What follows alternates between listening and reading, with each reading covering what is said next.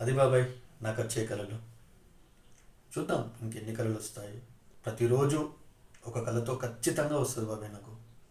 100% వస్తుంది. అది ఇప్పటి నుంచి కాదు, నా చిన్నప్పటి నుంచి కళలు వస్తున్నాయి. దీన్ని మనం ఈ కళలని ప్రజల ముందుకు తీసుకెళ్తే వాళ్ళు తన కామెంట్ రూపంలో కానీ ఏ విషయంలో కానీ నాకు కొన్ని సలహాలు వస్తాయి. ఆ సలహాలను నేను ఆచరిస్తాను. ఆదరించండి, విమర్శించుకోండి, తప్పులేదు.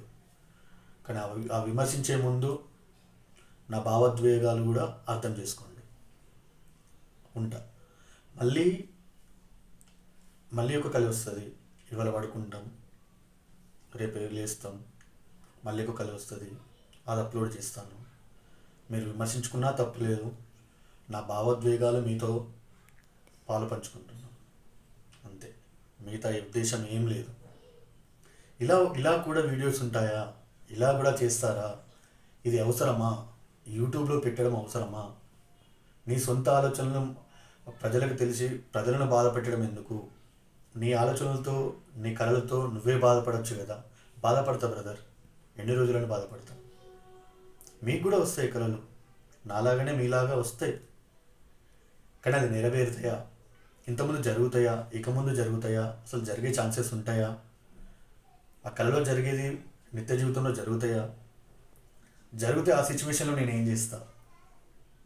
ఇవి నాకు ఒక తీపి గుర్తులు. చేయలేని పరిస్థితుల్లో ఉన్నప్పుడు ఇవన్నీ ఒక తీపి నెమరులు. అంటే వాటిని నేను చూసుకుంటా. అలాంటి సిచ్యువేషన్ ఎదురైతే నన్ను నేను కాపాడుకుంటానేమో, నాతో ఉన్న వ్యక్తిని కాపాడుతానేమో. చూద్దాం. తప్పులేదు కదా.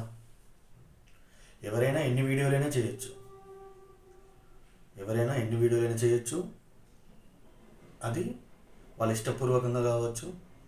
విమర్శించుకునే విమర్శించుకునే వాళ్ళు ఉంటారు, ఆదరించుకునే వాళ్ళు ఉంటారు. విమర్శించుకునే వాళ్ళే ఆదరించే వాళ్ళు అవుతారు. అది నేను చెప్పవలసింది చెప్తున్నా. మళ్ళీ రేపు కొత్త నాకు వచ్చిన కళని తప్పు లేకుండా వాస్తవంగా నాకు ఏ కళ వచ్చిందో ఆ కళ మీకు మీ ముందు చెప్తా. తప్పు ఉంటే మాత్రం చెప్పను, చెడ్డ కళలు వస్తే మాత్రం చెప్పను. ఈరోజు నాకు చెడ్డ కళ వచ్చింది అనేది మాత్రం చెప్పను. అది ఎందుకు వచ్చింది అనేది ఆలోచిస్తా. అలాంటి రాకుండా కట్టుబాట్లు తీసుకుంటా. ధన్యవాదాలు. థ్యాంక్ యూ బాబాయ్.